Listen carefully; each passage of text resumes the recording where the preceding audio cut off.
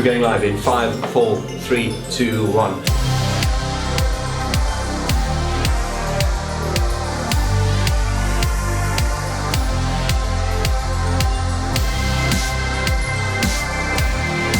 Hi guys, and welcome to Geek Talk, where we talk deep and geek about everything related to pianos, keyboards, and synthesizers and music production. And I'm here again with the fabulous empathy test. Hello, gentlemen, long time no see. Good to see you. So, in the first series of interviews on the Rising Star series, we talked about empathy test and the band generally, and I interviewed them as individuals. But now we want to focus on empathy test's gear and some of the geeky stuff that you geeks will enjoy. And even if you're a fan and not into music production, hopefully you will get value from this. Have you guys done much interviews on music production and things, or not really? No, I don't think we've done. Happy to be the first. Yeah. Yeah. Okay, so let's just start off with what I've noticed. You are fundamentally in the box. Yeah. So you guys don't use any external synthesizers or anything? No. Haven't done until now. In the for live stuff, Ollie uses a Dave Smith. Prophet, yeah.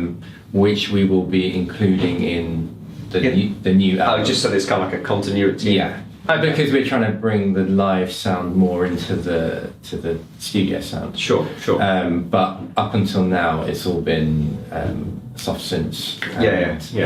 All done on the computer. That is interesting because especially on my channel, Lloyd will agree. There's been, because we've got so much. My channel's not only got music fans, but I've got especially on the Geek Talk series, we got so many producers, and there are always these endless debates. And I've done a video on analog versus digital. Does it really matter? And I think when plugins started, sort of in the early 2000s and stuff, and they were in their infancy, they sounded like tokens of the real things. But we are at a point now in music production where I feel that you can't tell the difference, especially when it's, I suppose if you brought a Moog into a room and you had a plug-in of a Moog and you played them, you could probably hear the difference.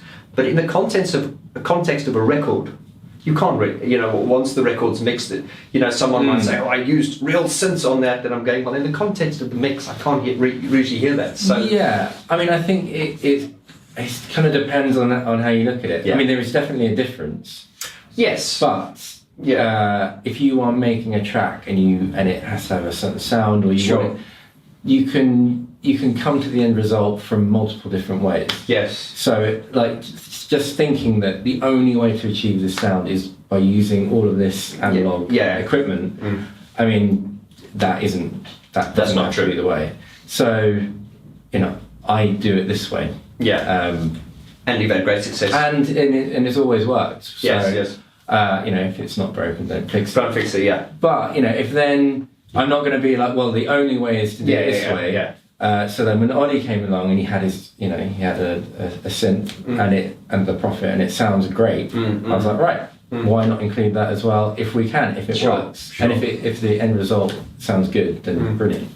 No, that's interesting. As I say, I often find this on my channel, and also I coach people as well, and I often get people sending me songs and, Vaughn, listen to this, and, I'm a geek, so I kind of like the electronic sound, but I'm also more a fan of songs. And I think where a lot of people get it wrong is, like, if you look at great electronic bands, like we talk about Depeche Mode a lot, they had great success, and whereas some people thought it was about the synthesizers, I'm here to say that had synthesizers not existed, they would probably still been successful. They would have probably presented their music in a different way. The point I'm trying to say is, to me, it is the song that is the most important thing. Yeah. So I think when people get caught up on this purist thing, like, and we often see this it's the people with all the synthesizers, and a lot of people that I've been looking at recently who are having a lot of success, they're not caught up on the gear. Like with you guys, from what I can see, is it's like, here's the song, how can we put it down?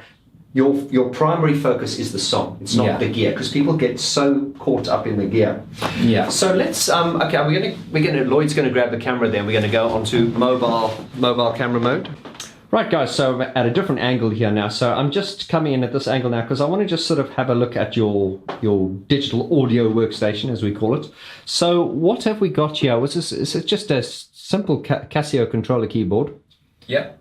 And when I say simple, I mean no disrespect. The reason I've got this is because I want... I don't want it just to be a MIDI controller. Yes, okay. So when I'm messing around with notes, I want to be able to play on here and then have something different controlling it on there. Sure. And yeah, I didn't need anything more than that. So yeah.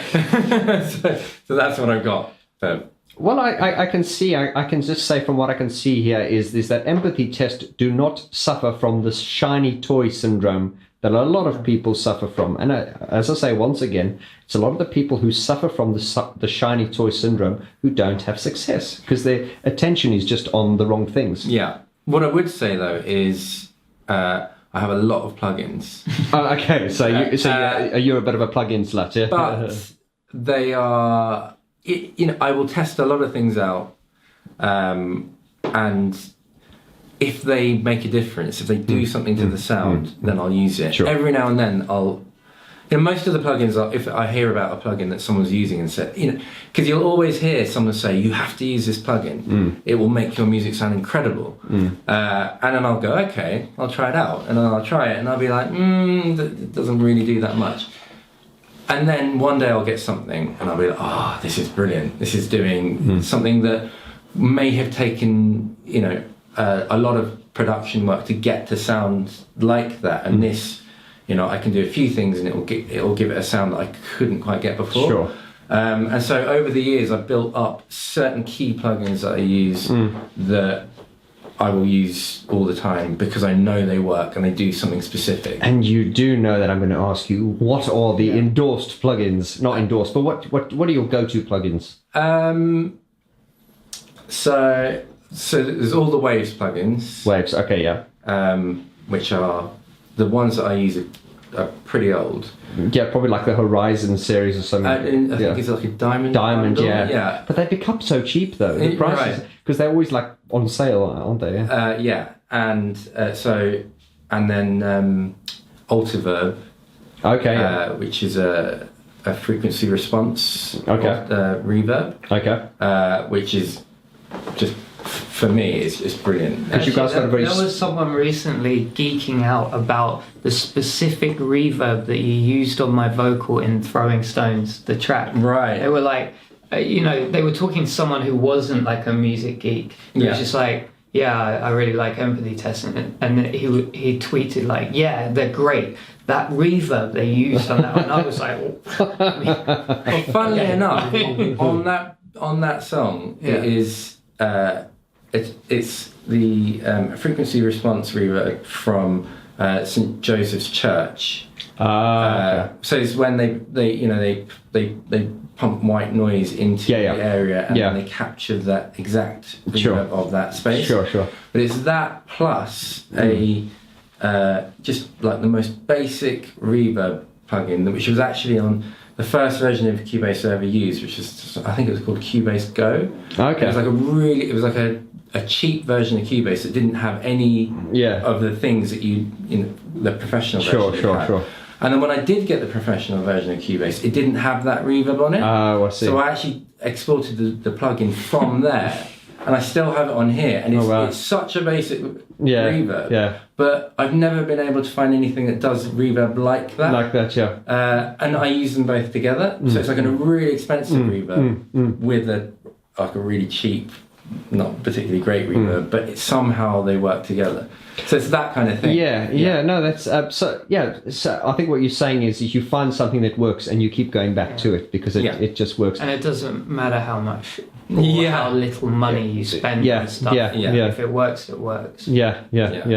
I think a lot of people are going to see this, and first they're going to listen to your music, and they listening to you guys, they're going to see a few things I take away from this is just how unpretentious you guys are, how authentic you are, how sincere you are, and there's no bullshit. And it's like, and there's not racks of synthesizers. We laugh at bullshit. Exactly, and the music sounds great. Okay, so you've talked about effects plugins. What sort of like synthesizers do you use, like in the box synthesizers? So I actually do have the Prophet. The plugin Prophet, yeah.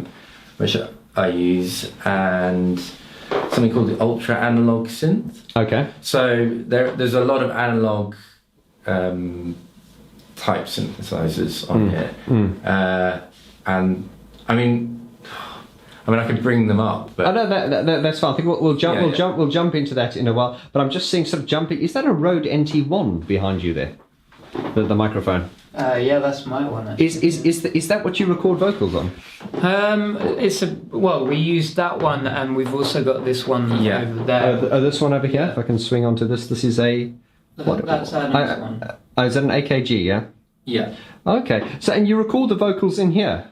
No. So basically, we've just moved in here. Yeah. Oh, I see. Okay. Well. So what we used before was I made my own vocal booth. Yeah. Which is just loads of soundproofing. Yeah. So it's a very dead space. Yeah. Because at the moment this room isn't treated. A little bit too echoey to record. I see. Yeah. But we will record. Yeah, you go because you've just moved into this place now. Oh, I see. Okay, that's fine. We recorded the vocals for Kira Lee acoustic using the Rode Guard and the Rode. Yeah, and that's great because the Rode NT1, and this is another thing with microphones. You could take it as far as the Neumann U87, which was at £3,000. But the Rode NT1, and this is not a product endorsement. Once it's recorded, if you use proper gain staging and techniques. And you mix it properly, you don't need £80. Yeah, they're about £80, aren't they? Yeah. They're so cheap. But it's a really good microphone. But sorry, I was going to say, but then you're never that fussy about what you record, what you record on or with, because you do so much after. Yeah, this is true. Yeah, lots get done afterwards. Yeah, I mean, as long as the microphone is decent. Yeah. Then most of the sound is made in post production. And I think we're in a fortunate time now is that with music technology and production stuff being so cheap, and because the market is so competitive, if you build a microphone that's crap, you're not going to get away with it. And I see a lot of Chinese microphones now that are rivaling, honestly, to my ears. There's a company, sounds like an endorsement now. I think they're called Sontronics. Really nice guy. And he builds these microphones, and they are a fraction of the price. But bloody hell, to my ears, he's got one that sounds like the U87. But once again, I think if it's well recorded and it's well mixed, no one's going to care. I think people can become too purist. And from what I can get from you guys is you're not purists. You use what you do to get the job done. Yeah, I mean, it hasn't been easy to get to this point. I'm sure. I've spent, when I first started, it was just trial and error. Yeah. So I would, spend hours and hours, mixing something and it not be right, and then learning why that was wrong. Sure. And over the years, I've got to a place where I'm pretty happy with how things sound, and I have a process. Sure. Yeah. So, Adam, you would do the final mixes for the songs. Yeah. So let's talk about mixing a song. Do you have a process you go to? Is mixing something you decide it's got to be finished in a certain amount of time, or do you spend endless amount of time on it, or do you have ways to because I find if you spend too much time, you lose perspective of what that mix is. Yeah. So how do you address that? I think it kind of depends on the track, but generally what happens is you'll know when a track is working pretty early on. Yes. So you'll have that initial sound and you're like, that's it. I know that's exactly what I want.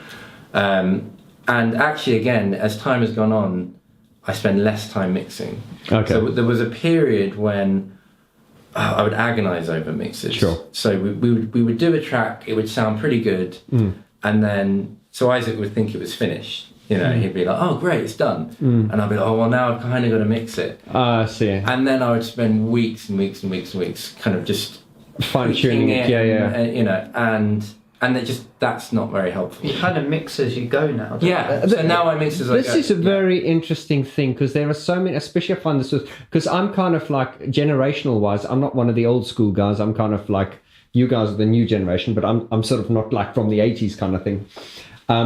But my approach is kind of like more flexible, and I find the guys who started music production who are now sort of like in their 50s and stuff, and those guys are quite adamant about breaking it down into 3 processes. You've got the first process, which is the pre-production, then mixing, and then mastering. But I find a lot of people these days will kind of put a lot of things on the master bus and and they will actually mix as they master, as they and they kind of that's what I did. And interesting, you should say that, Adam, is because I actually find that when I'm working with music, I'm trying to make it sound as good as I can throughout every stage. And then when I get to the point, I'm going, it's sounding good now. How am I going to mix this further? So are you kind of like an advocate of sort of mixing as you go? Yeah.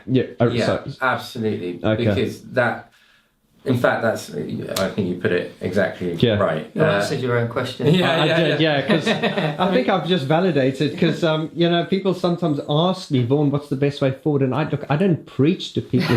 It's what works for you. Yeah. But I think that the way that you're working is, and I've sort of been working like that way. Even I worked in that way, even though it was when it was illegal to work that way. It's a very radical way of working, but you find yourself making broader strokes rather than going like, I would just start and do like a quick balance mix, and then sort of you're doing like these broad strokes rather than getting into the nitty gritty. Yeah. The other issue of kind of waiting to mix at the end is that it's an unknown, So this is true. You can get everything to sound. You're happy with the mix as you're making it. Yeah. And then things are going to change later. That's true, because then you pull all the faders down to 0 and you start again. It's like you've changed. Because am I right in saying as you throw a track down, there's this inspiration and this. Yeah. This is why very often I've done music, and you'll come back to it at the end and go, wow, it sounded really good, but because I decided to start from the beginning, I couldn't replicate that magic that inspired me in the beginning. There was absolutely no. Sometimes the more you put in, the worse it gets. Yeah, absolutely. Yeah, this is true. So I tell you what, I'm just looking at your speakers there. What are those M audios? Yeah, those seem to pack quite a punch. Well, those 8-inch woofers. Have you got a sub bass there as well? No, it's all in. It's not really necessary to have a sub bass. I mean, the sub on these is pretty I good. can imagine. Yeah. So are you able to open like a session of yours? Not play it, but just sort of like, have you got like a mix page open so we can kind of have a look at... This is... So is this a song you're working on at the moment? This is... Incubation song. Okay, and God, there's a lot of tracks on that. So these are all my groups. Okay. And then that's the main track, and then these are extra elements that I've been working into the track. I see. Yeah. So we're at the moment creating album versions of the singles. And basically remixing them so that they're more in line with the new sound. Oh, okay. So we're in the process of adding Chrissy's live drums to tracks that we've already released, which is quite interesting. Yeah. Okay. So this is just okay. So you got the session there. Oh, that's funny. And is this? Sorry, I'm a Logic audio guy. So this is a. Those are audio tracks. There's no sort of plugins there. I mean, there's no sort of instrument plugins. They're just like effects plugins. So all of these are. So that's the ultra analog synth. I can't remember what that one's called. That's Fab Filter, Sub Freak. But then a lot of the time I'll bounce a track down and then apply effects to it afterwards. I tell you something. When you're mixing, how much stuff do you have on the master bus? Do you have? Because once again, the old school guys are like, have nothing on the master bus, possibly just the a bus compressor, mix everything and then get the mastering. But because you're essentially kind of mixing as you master and everything. Yeah. So do you have a lot of effects on the master bus? What would you typically have? What's the secret? Compressors. Is there like a specific order, like you'd have a compressor, then something, or does it change with every song? Well, it depends. Well, actually, what I have multiple buses. Okay. So I have groups within groups. Okay. So yes. I'll have say like the bass will be going to a bass group, a bass group, and then that's going to have its own set. So you're actually doing like sub mixes, and then they all feed to the master bus. And then you have. So they've all been processed before they go to the end point. And then the end point's got very little on it. And then that doesn't have a huge amount. Oh, gotcha. So that will have a compressor and a limiter, because and that's one of the reasons as well why I stopped doing everything separately. Well, or having everything on the master or getting it mastered. Mastered. It's because it just goes. Because so much was being done beforehand, and it was like so the process before was always mix a track and get it sounding as good as you want it to be, and then you send it to a mastering engineer, and then it would be hit and miss whether the mix that came back was as good as what you thought it was going to be. We come back to our previous thing, Adam, where you said was the reason you got into music production was because you knew how you wanted to make it sound. And in the beginning, you didn't technically know how to do that, but you were adamant to get to that point, which you are now. So when you do a track, you know what the empathy test sound is like, and you're able to achieve that. Yeah. Am I right? Yeah. Yeah. Okay. Yeah. So as I started, as I was mixing a track, and I was adding more and more and more things, so that what I had to do before was to take those elements out, so that to give it to a mastering engineer. That's right. Yes, and then it changes it. And then it completely changes. So I was just like, well, why am I taking all these things off when I've mixed a whole track with it all on? So then at that point, I was just like, well, I'm just going to leave it. Absolutely. And then it just got to the point where, well, what's the point of even doing? I just keep it as it is. This is the thing. I had this thing as well where I'd mix. As I would kind of do everything, and we'd be like, okay, then I'd send it to a mastering engineer. The mastering engineer would go, oh, you've got stuff on the mix bus. Then I'd take it all off, and then it's because the plugins I had in the mix bus were an integral part of the sound. Yeah. Now you're sending something that sounds good. He masters it. It sounds completely different. Yeah. But because I was caught up in all the bullshit of, at the end of the day, use your fucking ears. That is all that matters. Yeah. That's right. And I think a lot of people can take a lot from this. And as I say, what's interesting about this interview is obviously you've got a lot of stuff in the computer, but we don't have like racks of synthesizers that we can talk about yet. But what we do have is success and music and a fan base. So you must be doing something right. Yeah. Well, what I would say is that it is, trust your ears. Yes. Because it really doesn't matter how you get to that point. Yeah. If you like what you're doing and you like the way it sounds, then that's basically what matters. Yeah. And that is so refreshing. And I'm going to ask the cliche question. Any advice you have for up and... there is no... hard and fast rules, and right way of doing something. There are certain things that you can learn from people that will help you. Okay. But I would say, if it sounds right, go with it. It's like the Joe Meek company. Their slogan was, if it sounds right, it's right. Okay. It's all trial and error as well, isn't it? Like that's how you learn, is by making mistakes. Yeah. So getting someone else to make the mistakes for you is not helpful. Exactly. Yeah.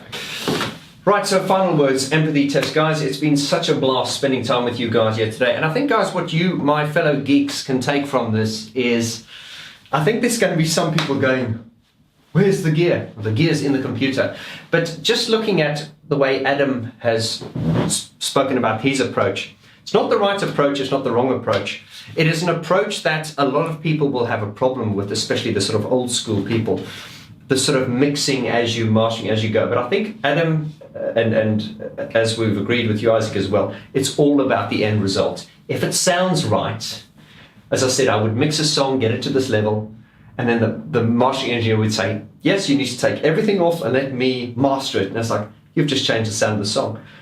And I just think I could have saved myself years of frustration. Yeah. If you could just, you've got the technology, trust your ears, trust your instincts. If you like it and it sounds right to you, it's probably going to be right there. Yeah. Am I right in saying that? Yeah, absolutely. Guys, it's been an absolute blast. Is there anything you would like to say to the geeks out there? Stay geeky. Yeah. Stay geeky, yeah. Yeah. Stay geeky, but yeah, keep it raw and keep it real, yeah. Absolutely. And don't get bogged down on the details. This is funny because in the Geek Talk series we're all about geeky stuff and stuff, but then I always end up saying stuff like, oh, it's not about the gear. Why is it called Geek Talk? But you can be a geek without the gear. I think so, yeah. And it's all about success and achieving success and being passionate about what you do.